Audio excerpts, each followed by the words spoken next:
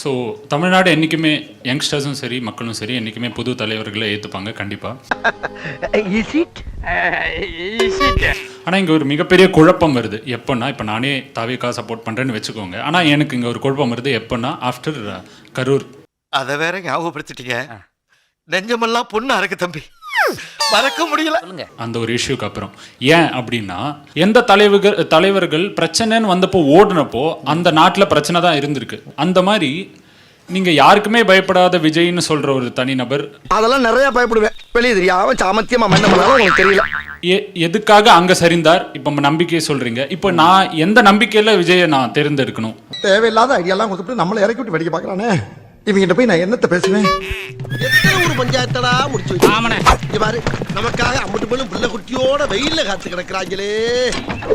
கரூர் ஃபுல்லா லாக் ஆயிடுச்சு. இங்க வந்தால் மேலும் கேஷுவாலிட்டியை உருவாக்கக்கூடிய சூழ்நிலை இருக்குது. இதுதான் எங்களுக்கு எல்லாருக்கும் ரேண்டமா வந்த தகவல். யார்கிட்ட இருந்து வந்த தகவல்? ஆனா கொஞ்சம் சும்மா இருக்கியா, மனப்பாடம் பண்ணி ஓட்டிக்கிட்டு எங்களுடைய நிர்வாகிகள், உள்ள இருந்த நிர்வாகிகள், எங்களுடைய அங்க இருக்க மாவட்ட செயலர்கள். இதெல்லாம் புயல் காத்துல உட்காந்து எவனா பொறி சாப்பிடுவான், அவங்கிட்ட போய் சொல்றா. இப்போ நாங்க இருக்கிற ஜென்ரேஷன் எல்லாம் விஜய் சார் வந்து படத்துல பார்த்தது வளர்ந்த ஜென்ரேஷன். இப்போ கத்தி படத்துல பார்ப்போம், ஒரு பத்திரிகையாளர் மீட்ல பயங்கரமா பேசுவாரு. இதே மாதிரி மெர்சல் படத்துல பேசுவாரு.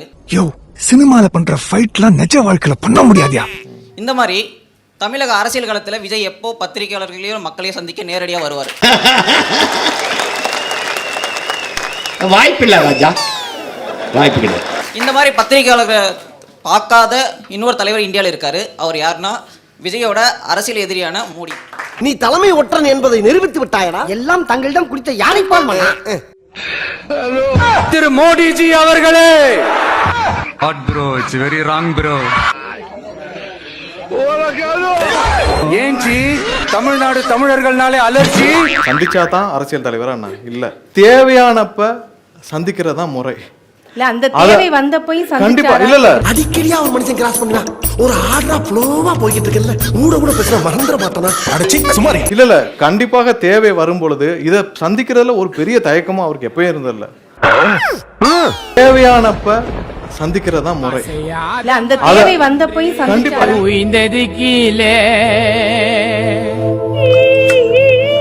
இவ்வளவு ஒரு பீக்ல நீங்க பாத்திருப்பீங்க மலேசியா ப்ரோக்ராம். அதை பார்த்தப்ப எல்லாருக்கும் ஒரு கவலை, என்னடா இதெல்லாம் இவ்வளவு பெரிய ஒரு ஒரு மலேசியால 1 லட்சம் பேர் இதை விட்டுட்டு வராருன்னு. எதுக்கு இதுக்கு தாண்டா நயன்தாராக்கு கூட்டம் வரும் ஓட்டா மாறுமா, சன்னி லியோனுக்கு கூட்டம் வரும் ஓட்டா மாறுமா, எங்க தளபதிக்கு கூட்டம் வந்தா ஓட்டா மாறும். இப்படி கூட்டம் வந்தா ஓட்டா மாறும் அப்படின்னு நினைக்கிறதுக்கு பெயர் தான், அதாவது கூட்டம் எல்லாம் ஓட்டாயிரும் அப்படின்னு நினைக்கிறதுக்கு பெயர் தான் தற்குறி பேற்றாணி. டேய், இவன் வேற என்னை ரொம்ப டார்ச்சர் பண்றான்டா. இப்போ இங்க எல்லாருக்குமே தெரியும் விஜய் மாதிரி நடிக்க சினிமால யாரும் இல்ல அப்படின்னு சொல்லிட்டு. அந்த மாதிரி எல்லாம் இருக்கிற சான்ஸ் இல்லையே. சினிமால நல்லா நடிப்பாரு, அதே நடிப்பை இங்க வந்து நடிக்க மாட்டாருன்னு என்ன நிச்சயம்? இல்ல உங்களுக்கு எல்லாம் அரசியல் கூத்தா போயிருச்சு. இந்த உலகமே ஒரு கூத்தாடி மேடை, அதுல நாமெல்லாம் நடிக்கிறவங்க ஆர்டிஸ்ட் கேரக்டர்ஸ் அப்படின்னு ஷேக்ஸ்பியர் சொல்லியிருக்காருன்னு. இன்னைக்கு வந்து ஒரு 67 வயசுல நிறைய பேர் 70 வயசுல அரசியலுக்கு முயற்சி செய்தார்கள். அந்த மாதிரி வரலையே. ஓ, சட்ட ரீதியா குத்தி காட்டுறீங்களா? பண்றேன்டா, செப்டி பண்றேன். அப்பயும் நான் நடிக்க மாட்டேன்னு சொல்லிட்டு யாரும் வரல. கான்கிரீட்டா முடிவு பண்ணி அந்த முடிவில் ஒரு இடத்தில் கூட அவர் எந்த விதத்திலும் அவர் வந்து சறுக்கவே இல்லை. உன்னெல்லாம் யார் அங்க வர சொன்னா? யார் வர சொன்னா? நான் சொல்ற தனி நபர், அவருக்கான எந்த சப்போர்ட்டும் கிடையாது. நீங்க ரொம்ப ஏழைங்க. ஆமாங்க. இத வச்சிட்டு இந்த ஊர்ல எப்படிதான் வாழ போறீங்க? அவருக்கு மக்கள் மட்டும்தான் சப்போர்ட், வேற யாரை நம்பி அவர் வரல. கரூர் சம்பவத்துல வந்துட்டு சிஎம் சார் அப்படின்னு வீடியோ போட்ட தலைவர் வந்துட்டு ஏன் இப்போ சென்சார் போர்டு விஷயத்துல பிஎம் சார்னு வீடியோ போடல?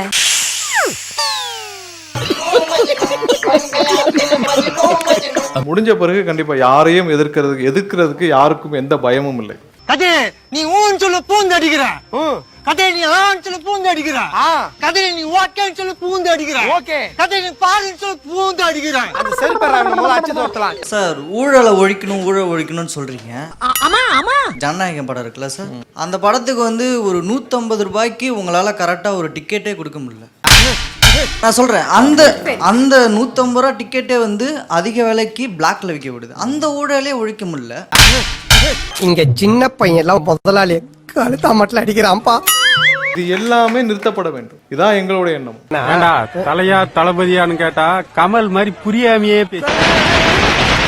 ஆனால் நான் என்ன பார்க்குறேன்னா முன்னாடி மக்கள் மன்றங்கள் அந்த டிக்கெட்ஸை கண்ட்ரோல் பண்ணிட்டு இருந்தாங்க. அதுக்கப்புறம் இப்போ வந்து டிவிக்கேவே கண்ட்ரோல் பண்ணுது. இப்போ எனக்கே வந்து ஒரு டிக்கெட் வேணும்னா நாங்களே எங்களுக்கு தெரிஞ்ச டிவிக்கே நிர்வாகிக்கு ஃபோன் பண்ணி தான் டிக்கெட் கேட்டுட்டு இருந்தோம். பாத்தீங்களா சார், பிராடு பசங்க சார். அவங்க சொன்ன விலை 5000 10,000. இவங்க வந்து நாளைக்கு அரசியலுக்கு வராங்கன்னா அவங்களுக்கு நான் எந்த ஒரு நம்பிக்கையில வாக்களிக்கிறது? நீ கேட்டது கரெக்டான கேள்வி. இந்த நிர்வாகிகள் தான் நாளைக்கு விஷயத்துலயும் வேட்பாளர்களாகவும் ஆட்சிக்கு வந்தாலும் அமர போறாங்க. ஆமா. எப்படி நாங்க நம்புறதுன்னு கேக்குறீங்க. கேட்கிறேன். இவன் சும்மா இருந்தாலும் சண்டாளத்திற்கு இவன் நாலா பக்கம் சுத்தி வர்றா. எங்களுடைய சிஸ்டத்தில் எங்களுடைய கட்சியில் எங்களுடைய தலைவர் கண்டிப்பாக இப்படி யார் இருந்தாலும் அதை எங்கேயுமே என்டர்டெயின் பண்ண மாட்டார். அவருடைய பார்வைக்கு வந்துச்சுன்னா கண்டிப்பாக பண்ண மாட்டார். வேண்டாம், நீ சொல்றதெல்லாம் உண்மையா? என்னைய கேனத்தனமா பேசிக்கிட்டு உண்மை இல்லாம பொய்யா சொல்றாங்க. ஏன்னா இவ்வளவு கிளாரிட்டியாக அவர் வர்றப்ப இந்த மாதிரியான பர்சனாலிட்டியும் உள்ள வச்சுக்க மாட்டார். நீங்க கவர்மெண்ட் வந்தால் தெரியும் இது எப்படி ஒரு டிஃபரெண்டான ஒரு புதுமையான புது ஒரு அரசாக இருக்கும்னு சொல்லி. டேய் மூடு. முதல் கட்ட தேர்தல் வாக்குறுதிகள். வாக்குறுதி எண் 1, மகளிர் நலன் குலவிளக்கு திட்டம்.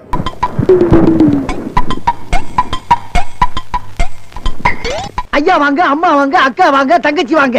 வாக்குறுதி எண் 1, அனைத்து குடும்ப அட்டைதாரர்களுக்கும் ஒவ்வொரு மாதமும் உதவித்தொகையாக ரூபாய் 2000 வழங்கப்படும்.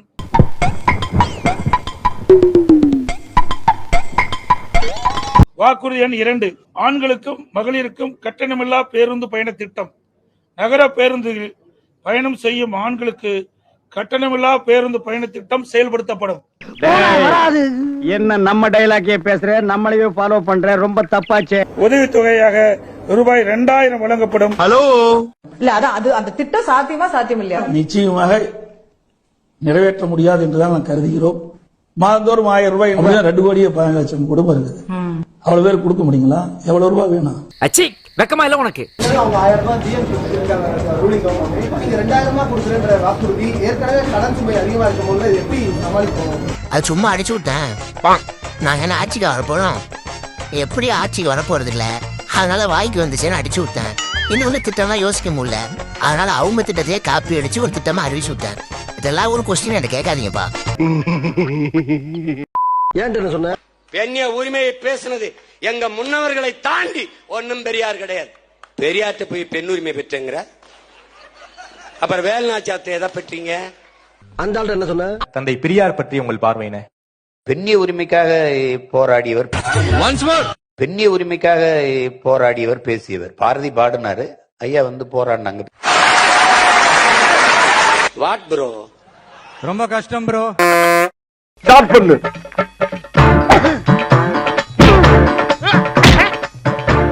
இங்கிட்டு வா. அப்படியா? படைக்கலடி. மண்டையில மட்டும் அடிச்சிடாத, குலக்கேசல் உள்ள போயிருவேன். சரியா? உங்க வீட்டு பிள்ளையா நினைச்சு எல்லாரும் என்னை மன்னிச்சிருக்க.